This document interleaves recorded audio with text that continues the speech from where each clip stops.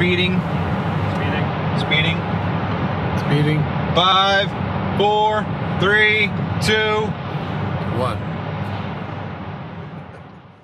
The world is changing faster than ever.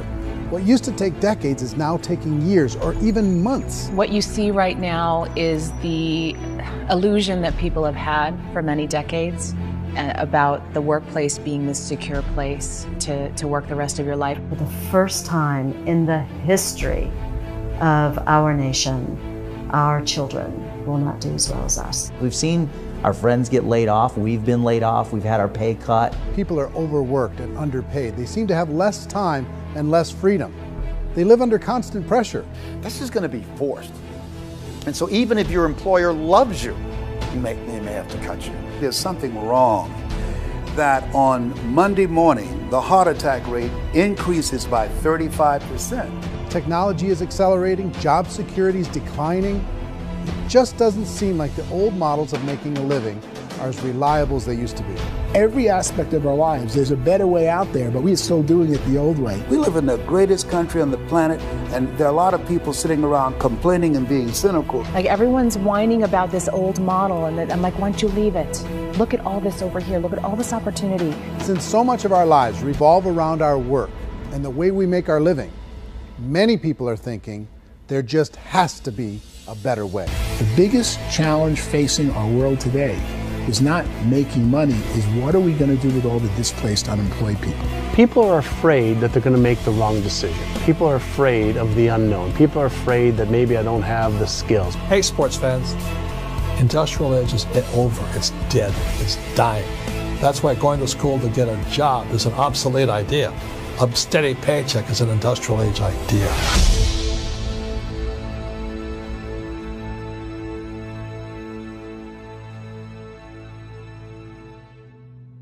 It's the search for answers that has brought us here together today.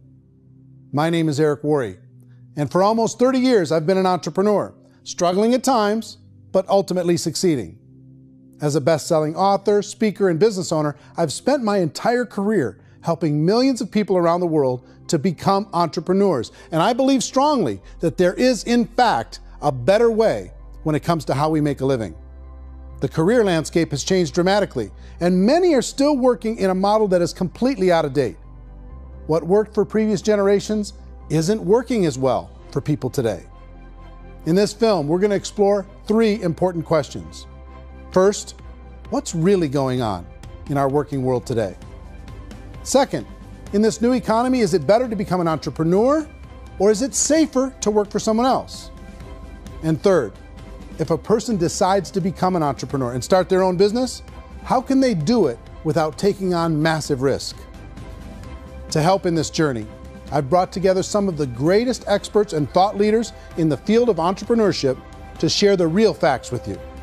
My intention is to give you new information that will allow you to make choices that are not limited by an old, outdated model. Let's start by understanding what's going on in our working world today.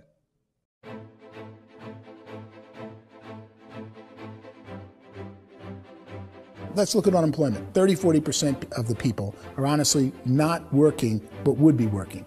What our government does is if you haven't found a job in 6 months, we don't call you unemployed. We pretend you dropped out of the labor force. I've often said that unemployment, particularly structural unemployment, that's unemployment due to technological changes, is the first sign of economic growth.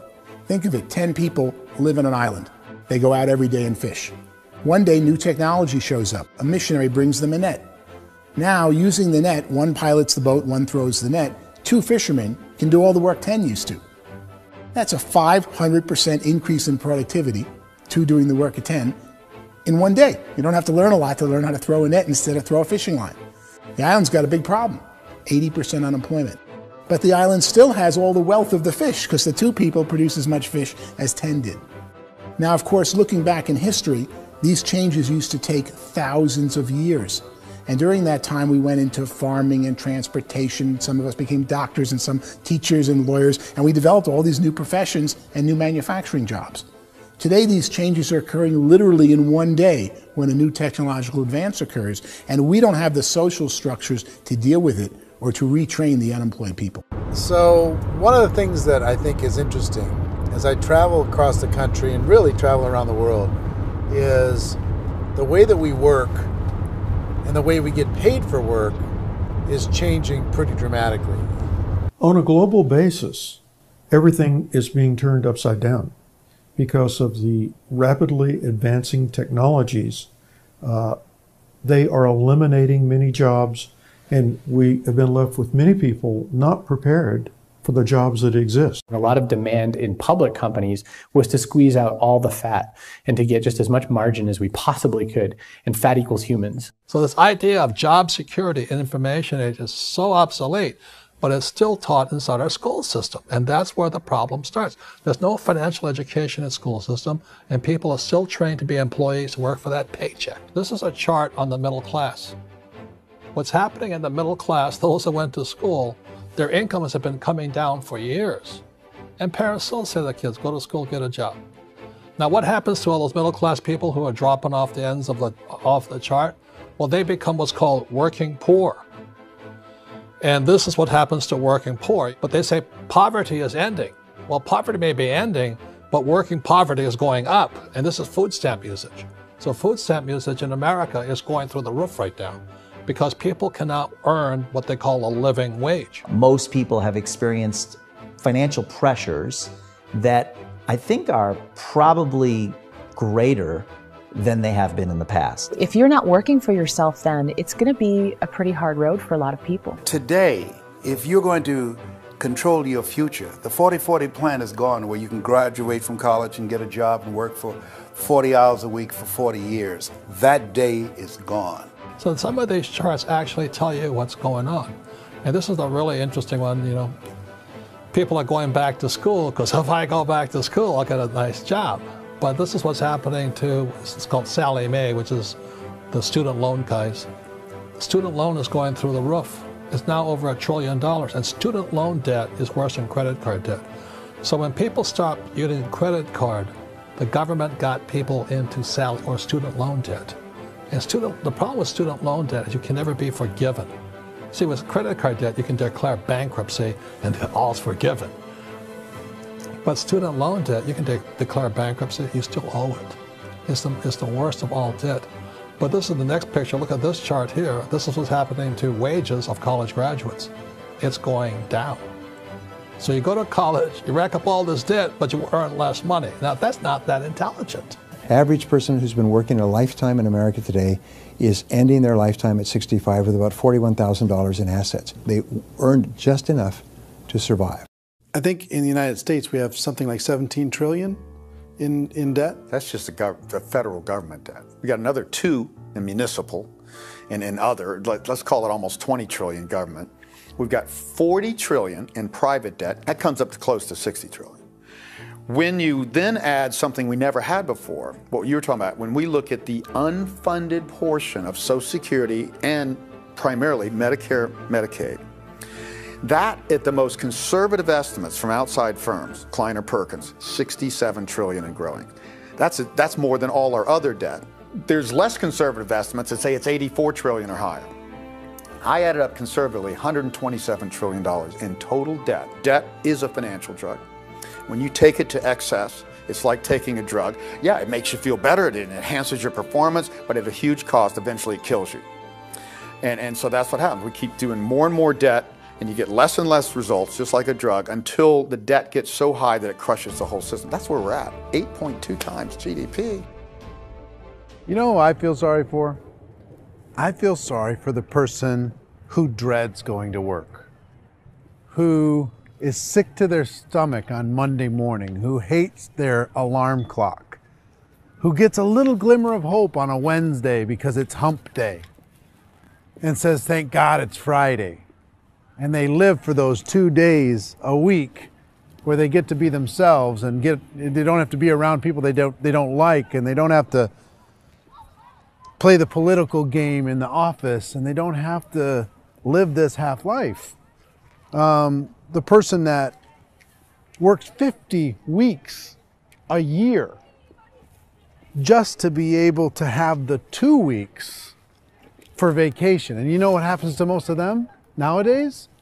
They don't have a vacation. They have a staycation.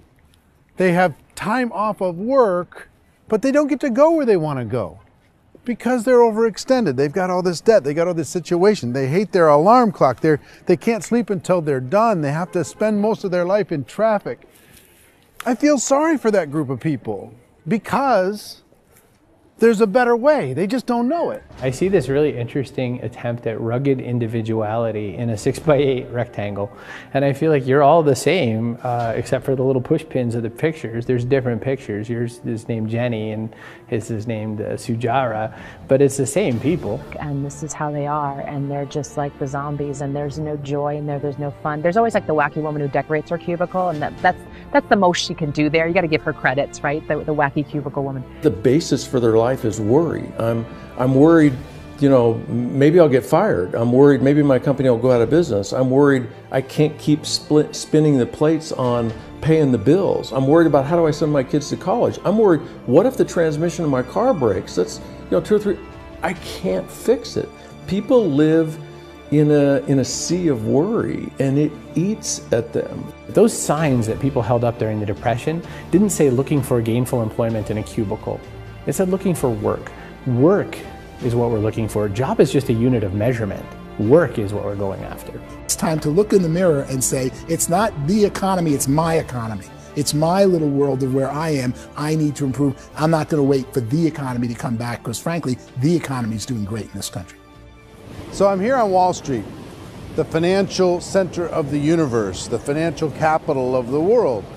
This is where most people's money goes to at least be held for a time, right? With interest rates in banks being effectively zero, and many experts are predicting it's going to stay at zero for the next 10, 20, even 30 years, people feel like they don't have any choice but to put their future into equities, to put their future into the hands of other people on this stock market, and hope that the stock market goes up, hope that the stocks that their advisors pick or that they pick goes up. That's one way to go, I guess. It's my personal belief that if you put your future into the hands of yourself, in other words, you have earning power by yourself, I think you're a better investment than these guys. I think you controlling your future is a better option than handing over your retirement to these guys. The average household income in the United States is approximately $50,000 a year, what they call the middle class. To reach the top 25% of income earners, you'd need to earn at least $90,000 a year. To reach the top 10% would be a household income of $140,000, the top 5%, $190,000, and to be in the top 1%, you'd need a combined household income of at least $380,000 a year. So here's the question. What do you think would give you the best chance to move up and get to the top 10%, the top 5%, the top 1% or beyond? In my opinion, and in the opinion of many, many experts, the answer is to become an entrepreneur, to become your own boss. I think you have to be a business owner. I can't, the only time I ever say to someone it'd be great to be an employee is when they've already told me they've surrendered. I only tell people who are wounded spiritually that they should be an employee. And it's that feeling that you get when you pick up the backpack off the little Cub Scout and say, "Don't worry, little guy, we'll get you back to the camp." You know, it is in no way a kindness when I tell someone they'd be a great employee. The other status symbol really increasingly is lifestyle. And people who can own their own business, maybe even work out of their house, that I tell you, people admire that, like, gosh, I wish I could do that. The spirit of the entrepreneur is to be a risk taker and to be resourceful and unstoppable and to have a vision of yourself beyond where you are and not willing to settle for life as it is. You think about the great entrepreneurs, they're visionary, they have heart, they're willing to do today what others won't so they can do tomorrow what others can't. Personally, I don't think of the new economy, the old economy. I create my own economy. The entrepreneur's in control. I decide what the economy is going to be like. In the world of entrepreneurship, there are no limits. you can make as much as you want, depending on how much you want to work and how smart you are and how great a team you put together. There's no more lifetime rewarding business than being an entrepreneur. Why in America, where anyone could be anything, would people want to give up their freedom and become effectively a modern-day slave, told shut up and be here every morning at 7:30, leave at 5:30, and do what I tell you? If people decide to become an entrepreneur and work for themselves, they have some traditional options, but they're riskier than you might think. Any kind of a retail business, retail build-outs, is extremely expensive.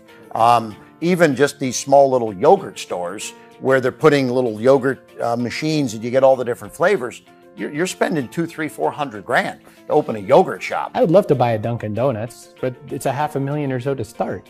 I don't quite have that just-in-case money. Risking lose it all, and most guys do 2 or 3 times, and even big guys like Branson, because I'm such a fan of his, half his companies don't work. If you make $1 million, your problems are going to go. If you make $1 billion, your problems are really going to go. Just the opposite. You and I know when you're making $1 million, you got $1 million responsibilities. You make $1 billion, you got 1,000 times $1 million responsibilities. And most people say, I'd love to be my own boss. 70% of Americans would love to be their own boss, according to recent polls. But they don't know how to get there. Because what are you going to do? One, you could buy an existing business. If somebody's selling an existing business, you have to ask why. Usually because it's probably hard. It's probably not making as much money as they hope. 2, they could buy a franchise. A little less risk, proven system, but it's expensive to be able to do that. 3, they could start something from scratch. And that's where a lot of people feel like, I don't have the chops to do it. I don't have the money. I don't have the product idea. I don't have the expertise. I don't have whatever it's going to take to be able to get there, and I can't risk my family to do it. So 4th, they could become an investor. A lot of people in this town invest to try and figure out a way, but you got to be pretty smart with that game too, right? Venture capitalists, who are the very best and most sophisticated in investing in new breakthrough businesses, make it on 1 out of 11. That means 10 out of 11 are mediocre or fail. Most of them fail. That's the risk there. An angel investor is lucky to get 1 out of 15 or 20. A business is a team sport.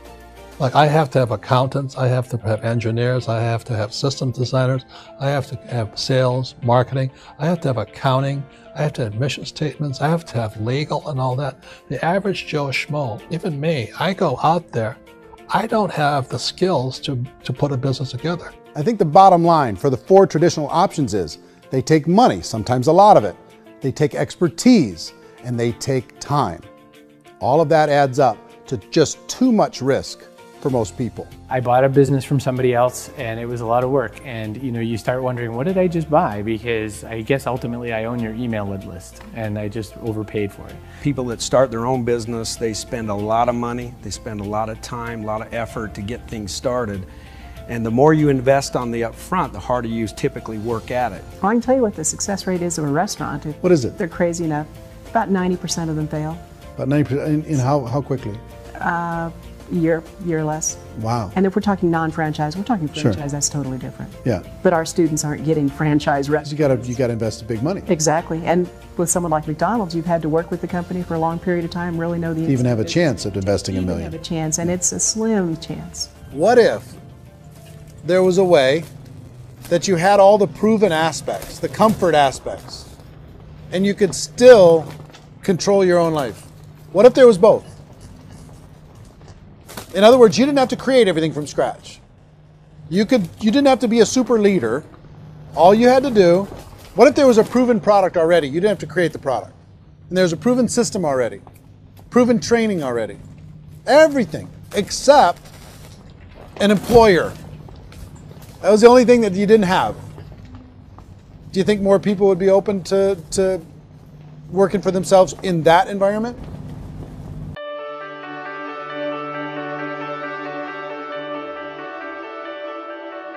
In our search for a better way to make a living, we've come to the conclusion that becoming an entrepreneur is actually safer than being an employee.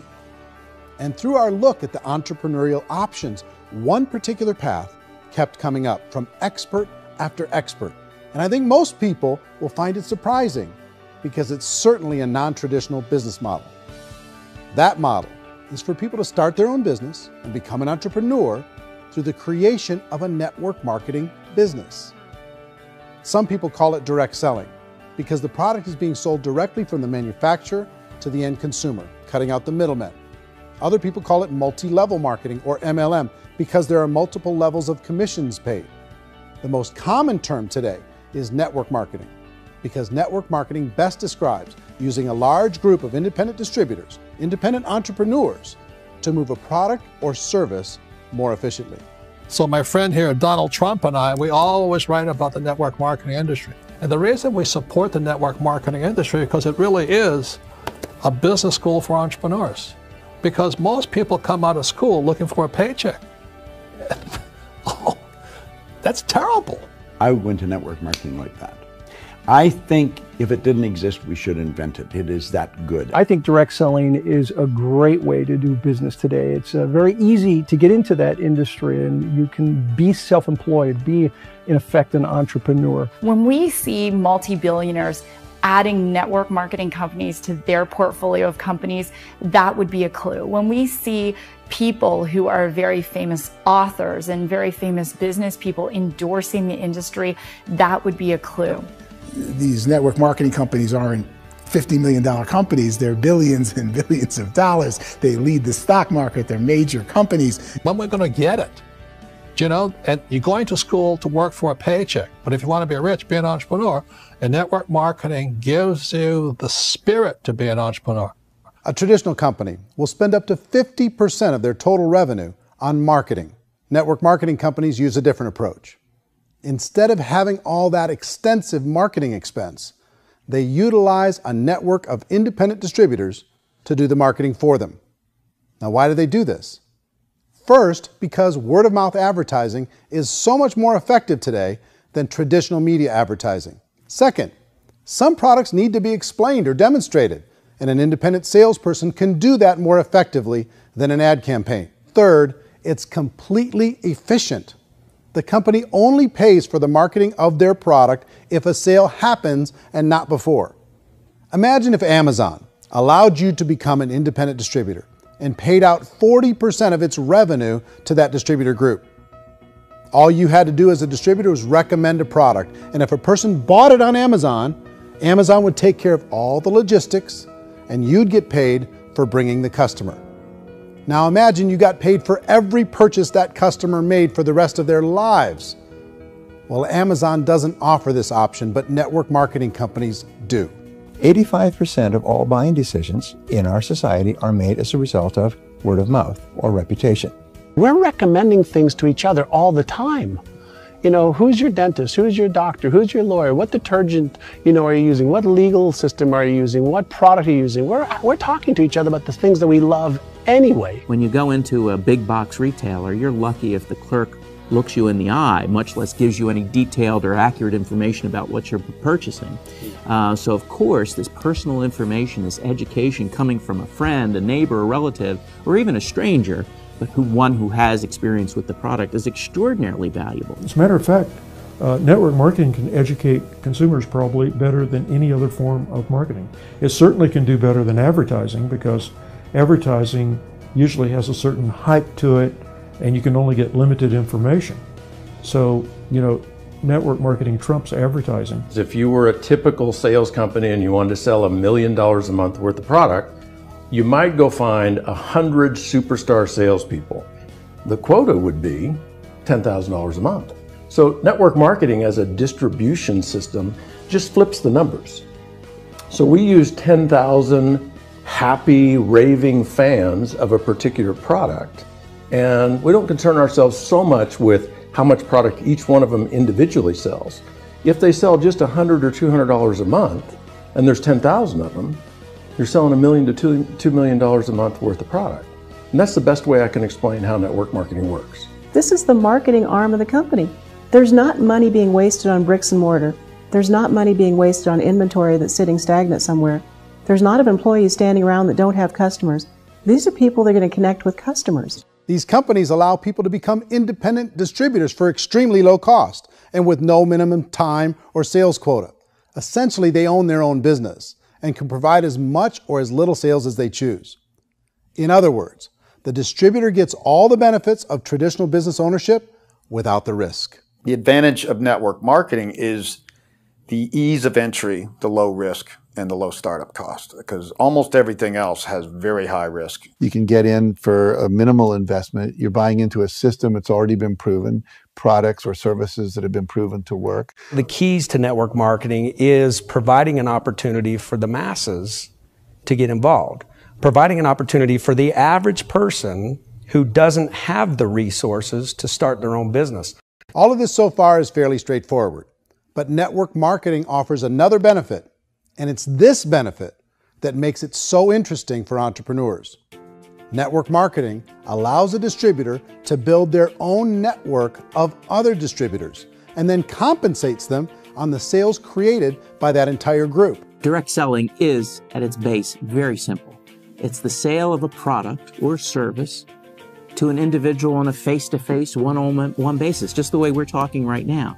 But there's an important element as well, and that's the offering in conjunction with that sale of product, the offering of an opportunity for someone to make something of themselves. No matter what your social status is, no matter what language that you speak, I mean, look how many unbelievable people are becoming successful that speak every kind of language out there. What an awesome gift to give the world. Instead of having to work your way up in a system and prove that you could be a sales manager, they just decided everybody can be a sales manager. Everybody gets to build a sales team from day one. And so what that brought into the system of growth as a direct selling company is the concept of compounding or geometric progression.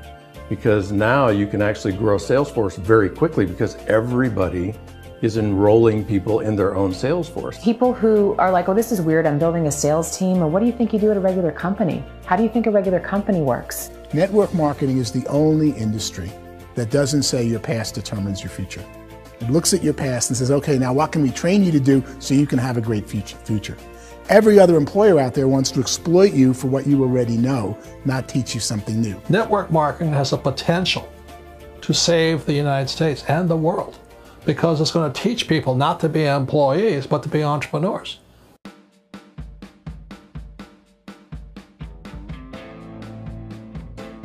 According to the Direct Selling Association, if you add up all the network marketing companies around the world, they combine to do over $178 billion a year in retail sales. To give you an idea of how big that really is, the NFL, the National Football League, does approximately $9 billion a year. The music industry does a little more than $16 billion a year, and the movie industry does about $80 billion a year. Using a conservative average, network marketing companies pay their distributors about 40% of that $178 billion in the form of commissions, which adds up to more than $71 billion a year. That's almost $6 billion a month. It's almost $200 million in commissions every single day. So it's certainly working, and people are making serious money in network marketing. With the growth of the direct selling industry over the last 10, 15, 20 years, we've seen a broader understanding of the channel. We have seen more and more people getting involved in the business, so our penetration in the marketplace has increased, and thus the understanding in the marketplace of who we are has increased. And we've seen non-direct selling companies look at the direct selling model and say, something's going on there. People are making money, companies are being profitable, individuals are being motivated, product is being delivered to market. Maybe we should explore this. Some people think only the people at the top make money. Well, let's take a look at that as well. In the network marketing profession, there are roughly 500 people in the world who earn over $1 million a year. If you round that number up to $2 million a year, that adds up to about $1 billion a year. That takes the $71 billion paid out each year down to $70 billion. So where does the rest of the money go?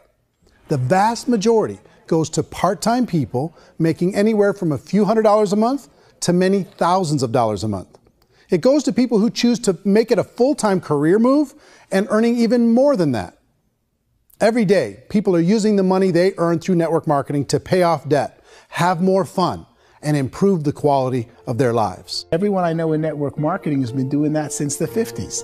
They go to work when they want to go to work. They stop working when they want to take time with their children to have a leisurely breakfast and discuss issues and driving to school. They go back to work when they get home, wherever they're working out of. The biggest thing that I've seen is people that have become much happier in their life. MLM has probably made more millionaires of more people in more countries, and I've spoken to them in 67 countries, than any other single form of business, starting from nothing. If they have a choice between working a job for the next 10 years or working a network marketing business for the next 10 years, the result of working the network marketing business will be better. A lot of people within the industry go on and make this a career and do extremely well at it. Network marketing has been nothing but good for everyone I know that's been involved with it because they did it seriously and they played full out and they've been very successful. It's been a constant barrage of success stories and people showing off stuff that they got as a result of it. How many people are involved? Approximately 16 million Americans and 96 million people around the world are currently participating in network marketing. And in a recent poll, 82% of those people report a good, very good, or excellent experience with network marketing. So people are happy.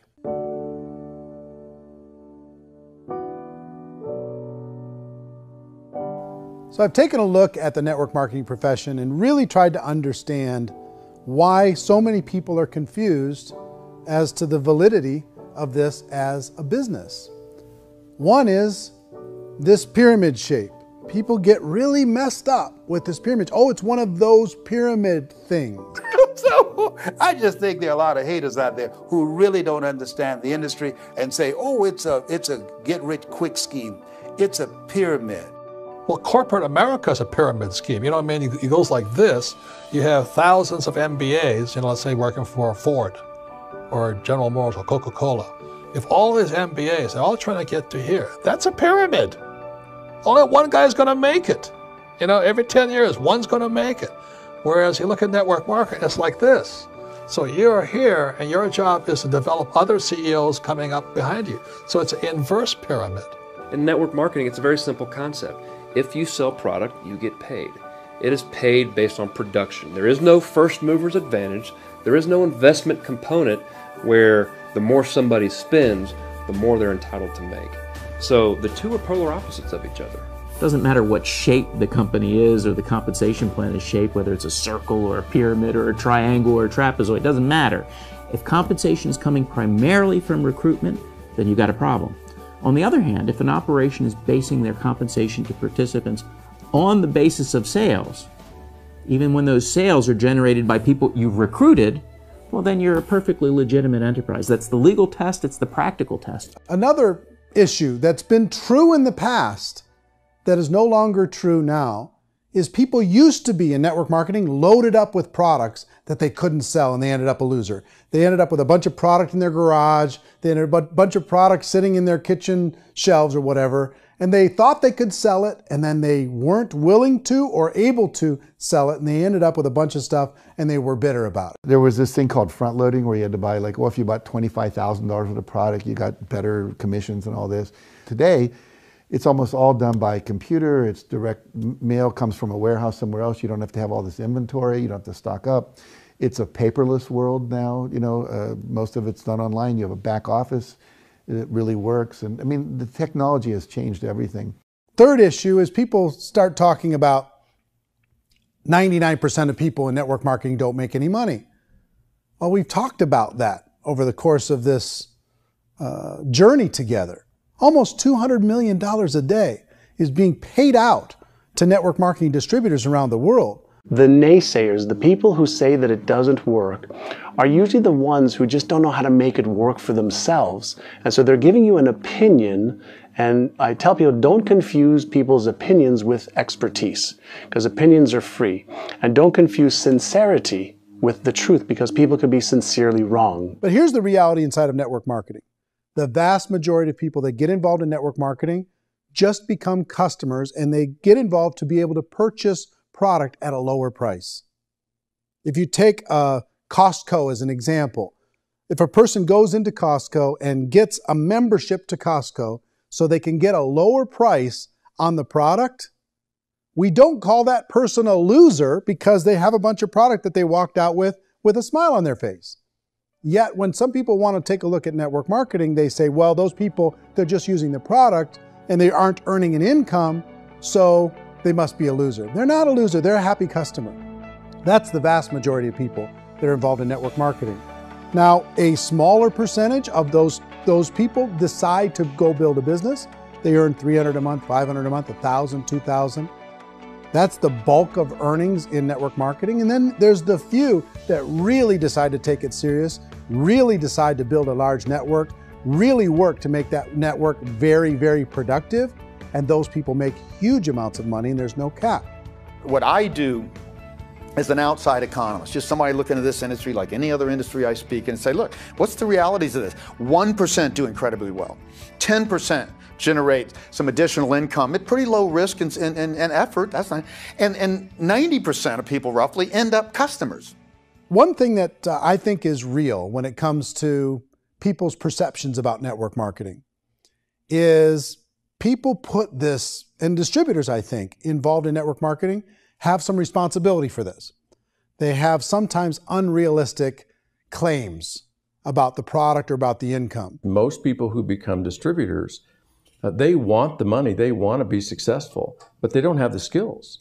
They don't know what to do. And when people don't know what to do and they're in a new business, they're scared. And when they're scared, they panic and desperation kind of sets in. So they think everyone they talk to has to get in. So if I talk to you and you say, well, no, I don't have time to do that, they're like, no, I need you. You have to do this or I won't be successful. So I start clawing on you. I start that desperation. So then I start making claims about the product, which are not appropriate, probably not even true. Or I start saying, oh, let me show you how you can make all this money and you don't have to do anything, Eric.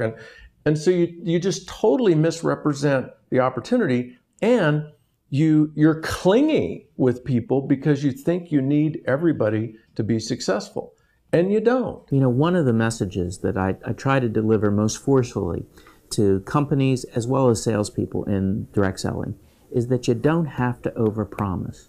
The reality is in network marketing, there's a lot of hard work involved. There's a lot of effort. You're going to have to develop yourself. It's a business like anything else. It's going to take some time, but in my opinion, it's better.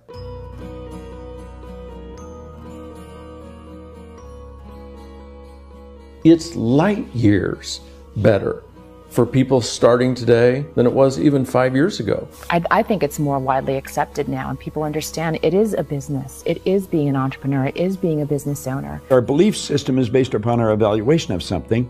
And frequently, if we reevaluate a situation, our belief about that situation will change. The industry has changed and it's grown up. It's totally transformed. You've got young people today that have grown up with social media, and they understand networks. They understand how people are connected through technology, and they understand how money flows through those networks. So when they see network marketing, they don't see it the way their parents saw it. And we've all learned, the larger industry that you represent, has all learned from those mistakes and flaws and errors that have happened early on. Early algorithms didn't work the right way. That's all fixed. It's like when they design a computer program, they design the program, then they run it, and then they go back through and they debug it. The MLM industry has been debugged. This is the day of being virtual, being able to run a business from your mobile phone. I mean, it's incredible. Companies are getting smarter. They're implementing more consumer protections. They're implementing more compliance training. They're doing more with respect to product research. If you do get involved and you make purchases of inventory, even on a voluntary basis, if you decide that this business is not for you, you can leave and have that inventory repurchased by the company. There's no other business that offers that kind of protection on a voluntary, self-regulatory basis.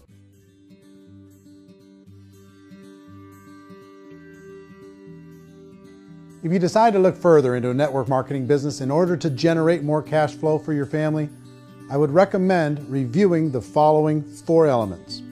First is the product or service. And on the product or service, I would ask 5 important questions. 1, do you like it? Is it something you would feel comfortable sharing with others? 2, is there a recognized need in the marketplace?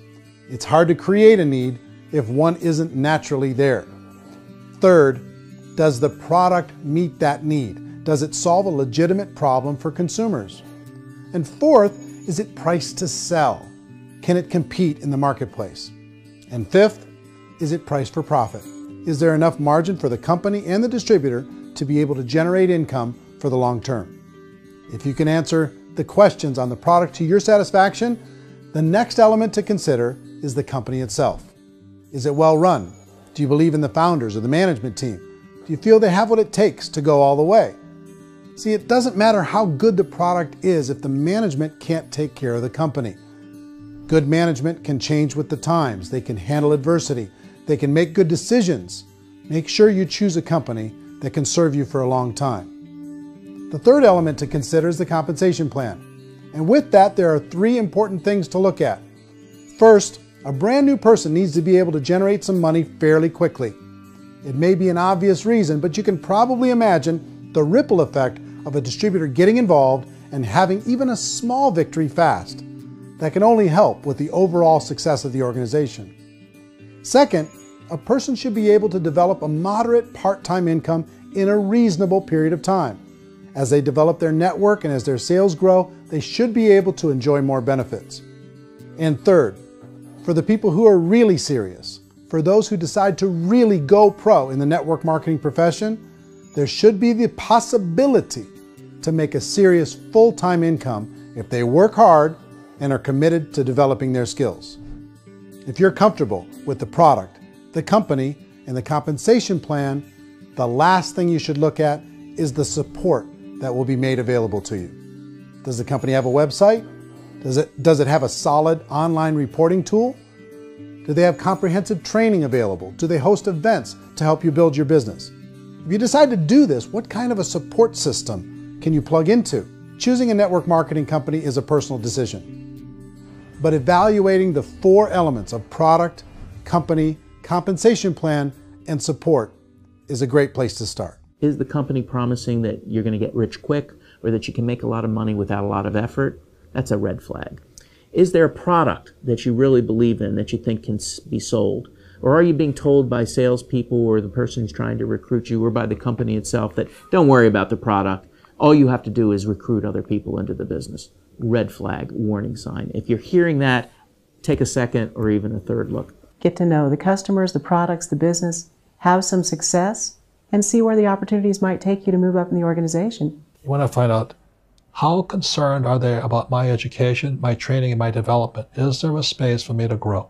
Most important question. Learn everything that you can about the product. Make sure it's something that you believe in, and learn everything you can about the industry and work that system. You have to be very passionate about whatever that company is doing. I would get involved. You can always test drive anything, you know, the product, the service, the community, and then lean into it a bit. If it feels good, then lean into it a lot. Behind me is the Lincoln Memorial. And this is a place where Martin Luther King Jr. had his famous "I Have a Dream" speech. And at that speech, he talked about his dream for equality for everyone around the world, and that's a noble dream. But I think more people need to remember what it was like when they were kids and the dream was still alive in them. Before it got beaten out of them by reality, by this paycheck, by these responsibilities, and by having to live for this job to pay the bills. I think people need to remember that, go back to that.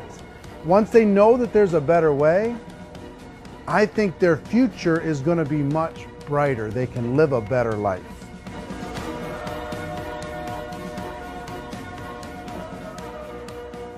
So if you're considering getting involved in a network marketing company, let me offer you just a few pieces of advice. First, network marketing isn't perfect. It's emotional, it's challenging.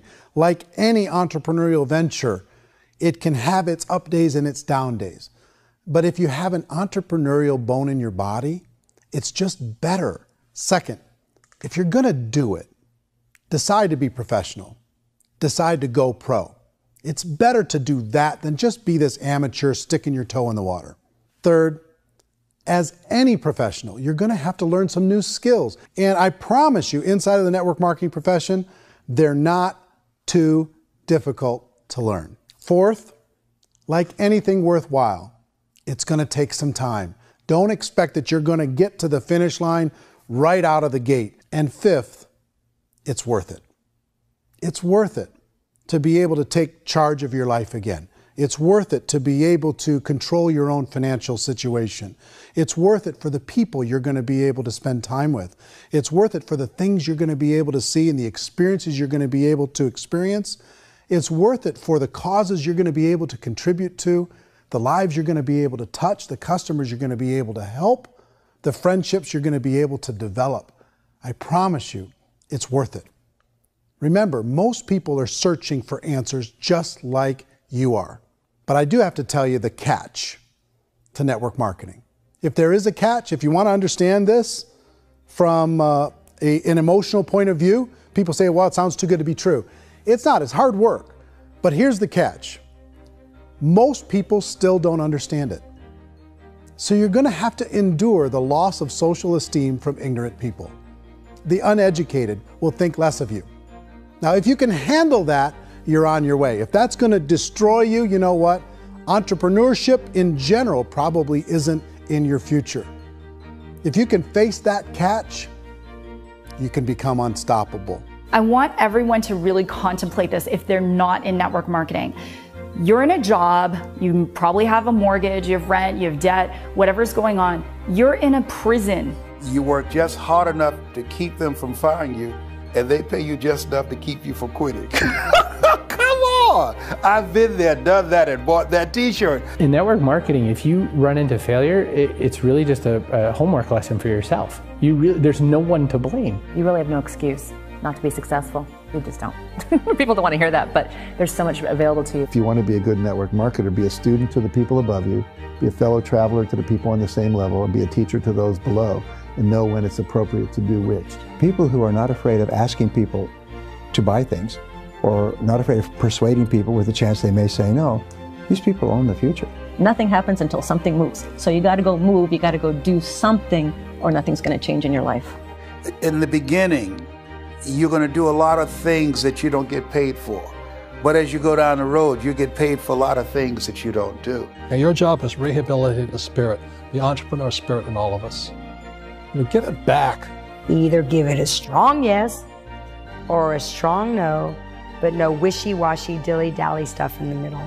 There's dreams and there are nightmares, but I believe that the biggest nightmare of all is when you don't pursue your dream. You're going to see some monumental growth in this profession. It's an exciting, exciting time to be involved with the network marketing profession. The next 10 years, I see just exponential growth. When that tipping point comes, it's not a matter of asking somebody, have you ever heard about network marketing? You're really asking them, which company are you building your wealth in? We are here to fix the world, to improve relationships with other people, to improve other lives. And the real reward comes as an entrepreneur in any level from teaching somebody something and watching them soar. There is no greater reward.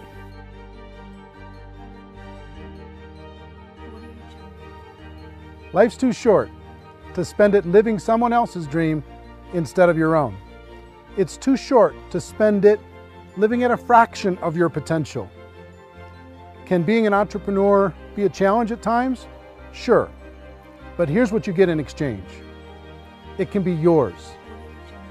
Something that you built, something that you created, something that you made happen. This balloon represents your dream. It represents entrepreneurship. My wish for all of you is that you would reach out and grab it. The choice is up to you.